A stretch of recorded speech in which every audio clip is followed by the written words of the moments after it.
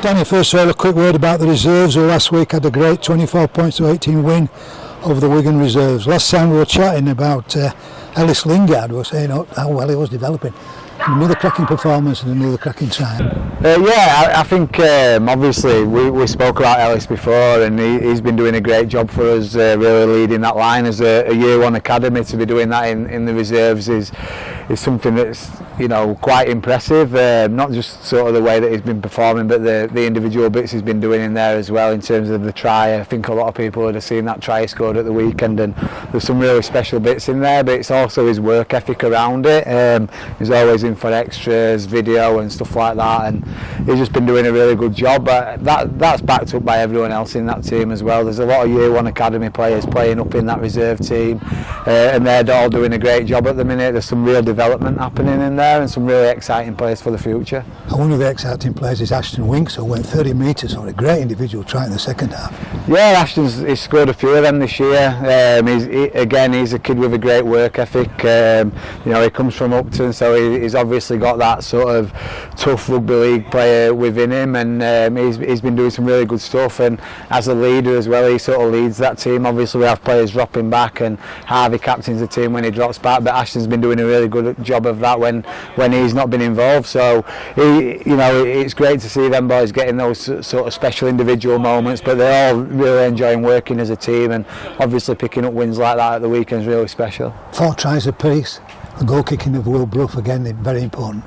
Yeah, I actually had a word with Broughy before the game, because Harry Ratcliffe he'd kicked all the goals against Bradford and not missed any, and I said to Broughy, I might let Harry kick this week, and Broughy went, I haven't missed any. I don't miss. So I backed him, and I give him the opportunity to do it, and ultimately he showed the faith it was the right thing to do with him. Yeah, so he's a great kicker of the ball without a doubt. On to this weekend's first team match across at the Dewsbury Rams. How's preparation been going? Yeah, it's been really good. We've had a great week. Obviously, sort of disappointment a couple of weeks ago against Toulouse, but I thought the boys reacted really positively to that and put in a good performance with some real defensive intent in the game against Featherstone. And then obviously come back in this week really bouncing and looking forward to the next game of Dewsbury. Tough team to play at their place, to really sort of work hard for one another, workman-like team that try and get stuck into you, obviously on that tighter pitch as well. So it's something that we'll be fully prepared for off the back of a good week's training. We did beat the Rams here at the DIY Kitchen Stadium quite convincingly a few weeks ago. Are you expecting anything different from Paul March's side? They've changed up a little bit in terms of the team that's playing. They had a couple of boys that missed out last time we played. Obviously Dale Ferguson's come back in there, and he's got a few games under his belt now as well. So they've got some dangerous players individually in there. You look at Lewis Carr on the wing, he's a bit of a live wire, pretty quick, very athletic. The fullback O'Connor's a very good player as well. So we know that we're going to have to be really focused on our own game and putting in another good performance, and looking to just build week on week at the minute. Looking at the squad news, Caleb he didn't do too many minutes. What's the situation with the knee problem? Yeah, Caleb picked up a knee injury, so he'll miss a few weeks for us now. So it's frustrating. Our middle unit's kind of been in and out a little bit over the last few weeks, and we've had a few changes in there. But again, it gives opportunity for other players. I think it's disappointing for Caleb. He's probably been one of the best players for us this year, and someone that's really been driving those standards of performance. So it'll be a miss not having him around. But again, it gives someone else an opportunity. Obviously, Toby Boothroyd came back in last week. Isaac Shaw's had a couple of games now as well, so be up to someone else to take that mantle on. I see Joe Law, who's been on dual reg down at Hunslet, has moved permanently for the rest of this season to York Knights.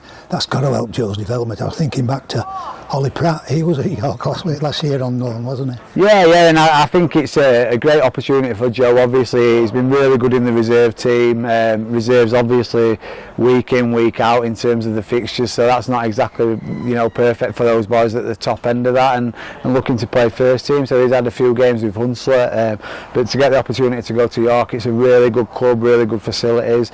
Obviously, he's got a relationship with Mash from last year, so he should settle straight in there. Good set of lads as well, so it'd be great for his development, and something that I know that he's been looking to do for a while is go and play against men and test himself, which will be good for him.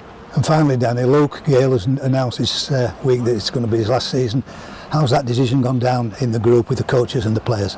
I think everyone's just really happy for Gale. I think he's obviously had a really good career. He's been a great player, obviously played for England, got a man of steel, but just the way that he applies himself around the place here, he's a great example and a great role model for younger kids, and how to have a great career in this game. And Gale's been right at the top of the sport for a very long time, so to see someone like him go out on their own terms and still playing the way that he's playing this year, I think you can have a real happiness for people when they're retiring in that situation. And obviously he's got something else in the pipeline next year which I think really suits him, having worked in and around him with the academy and the reserves this year.